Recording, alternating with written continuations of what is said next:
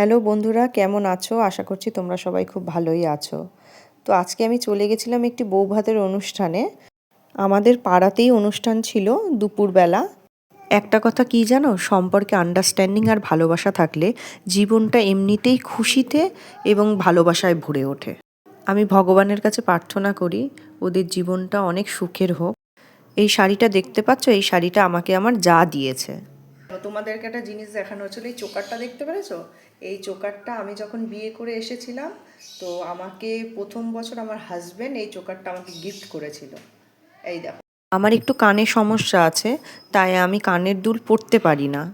প্রথম থেকে আমার কানের সমস্যা ছিল না, কিন্তু আমার প্রেগনেন্সির পরে আমার হঠাৎ করে কানের সমস্যা হয়েছে, তাই আমি কানের দুল পরাটাকে সবসময় অ্যাভয়েড করি। মানে আমি পরতে পারি না দুল।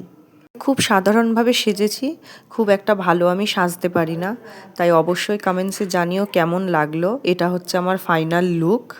তো আবার দেখা হচ্ছে নতুন কোনো ভিডিওতে। ততক্ষণ পর্যন্ত টাটা, বাই বাই, ভালো থেকো, সুস্থ থেকো।